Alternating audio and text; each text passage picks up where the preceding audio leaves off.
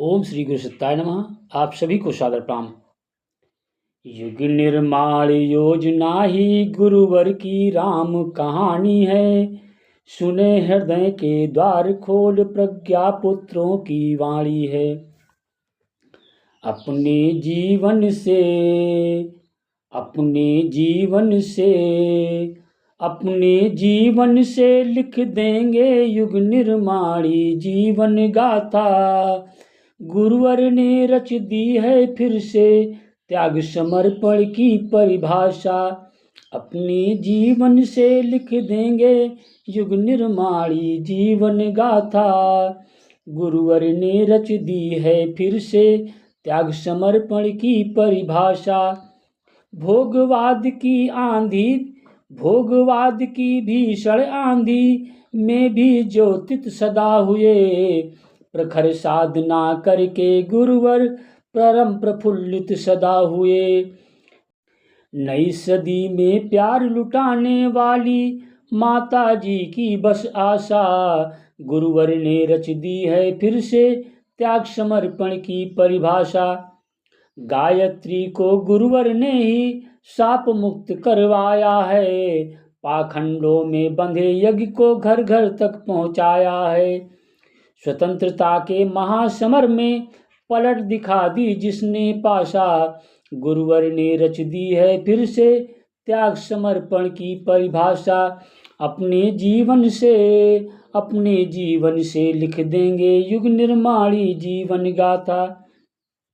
जन्म शताब्दी में माता जी को ये श्रद्धांजलि दे पाए। युग निर्माणी सत्संकल्पों को जन जन तक पहुंचा पाए। नित्य झुकाए माँ चरणों में शिष्यों श्रद्धा से सब माथा। गुरुवर ने रच दी है फिर से त्याग समर्पण की परिभाषा। अपने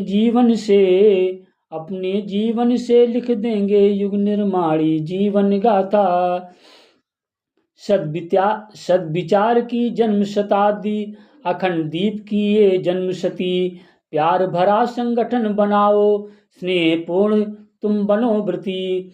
हम बदलेंगे युग बदलेगा होगी नव युग की परिभाषा। अपने जीवन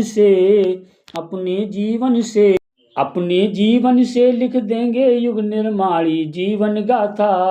गुरुवर ने रच दी है फिर से त्याग समर्पण की परिभाषा। आइए सुने युग ऋषि का मृतवाणी गणेश चंद्र मौर्य की जुबानी। युग निर्माण क्या संभव है? आज का विषय है सत्य। जी हाँ, आइए सुनते हैं सत्य। जी हाँ, संसार भर के श्रेष्ठ आत्मज्ञानियों और तत्वदर्शियों ने अपने व्यक्तिगत जीवन के निष्कर्षों एवं अनुभवों का निचोड़ यही बताया है कि सत्य पर आरूढ़ रहा जाए। मानव जीवन एक बहुत बड़ा सत्य है। उसकी आधारशिला सत्य पर ही रखी गई है। उसका लक्ष्य सत्य है, इसलिए उसकी जीवन नीति भी सत्य पर ही आधारित होनी चाहिए। हमारा मन, वचन और कर्म एक होना ही चाहिए। जो मन में हो वही वाणी से कहें और वही करें। हमें सत्य बोलना चाहिए, सत्य के अनुकूल ही सोचना चाहिए, सत्य से शोधित कर्म ही करना चाहिए। सत्य परायण होकर ही हम सत्य स्वरूप परमात्मा की प्राप्त कर सकेंगे। महापुरुषों ने अपने निज के अनुभवों में सत्य को ही सार पाया है और उसी का आचरण करने का हमें निर्देश दिया है। सत्य ही सब तरह से हमारे लिए उपासनीय है। सत्य के मार्ग पर आरंभ में कुछ कठिनाइयां आ सकती हैं, किंतु यह जीवन को उत्कृष्ट और महान बनाने का राजमार्ग है। व्यवहारिक जीवन में ये सभी चाहते हैं कि लोग हमारे साथ सत्य बोलें, सदाचरण करें और सहानुभूति प्रकट करें।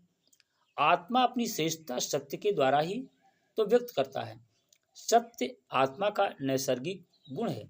इस विशेषता के कारण ही मनुष्य अपने समीपवर्ती लोगों से सदैव सत्य व्यवहार की ही अपेक्षा किया करते हैं। साच बराबर तप नहीं, झूठ बराबर पाप। जाके हृदय साच है, ताके हृदय आप कबीरा, सत्ता के हृदय आप। मित्रों, व्यवहार में सत्ता हो, पर यह भी ध्यान रखें उस सत्य में अप्रियता न हो। जहाँ दूसरों के प्रति सत्य की अभिव्यक्ति में साहस और दृढ़ता हो, वहाँ अपने सत्य को प्रस्तुत करते समय भी चित्त डावाडोल न हो।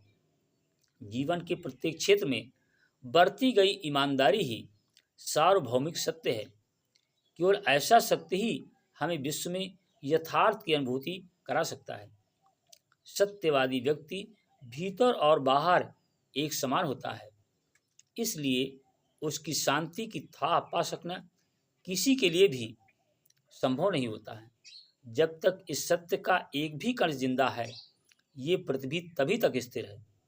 मनुष्य जाति ने यदि सत्य का पल्ला छोड़ दिया, तो वो अपने आप ही सत्यानाश की विभीषिका में जलकर अपना अंत कर लेगा। हमें दम और कपट का नहीं, बल्कि ईमानदारी और सत्य का आचरण करना चाहिए। यदि कोई सत्य का आश्रय ले लेता है, तो कमल के समान वो अपनी आत्मा के मूल बिंदु पर स्थिर होकर विश्व के यथार्थ को देख लेता है। भली प्रकार समझा हुआ ये सत्य ही स्वर्ग और बंधन मुक्ति का आधार बनता है। करनी कथनी भिन्न जहाँ है, धर्म नहीं पाखंड वहाँ है। मित्रों, ये ऐसे युग ऋषि के सूत्र हैं। इस सूत्रों को अगर आपने अपने जीवन में उतारा, अपने आचरण में उतारा, उसके हिसाब से अपने जीवन को आपने ढाल लिया, तो निश्चित मानिए युग निर्माण संभव ही है। ओम शांति। धन्यवाद।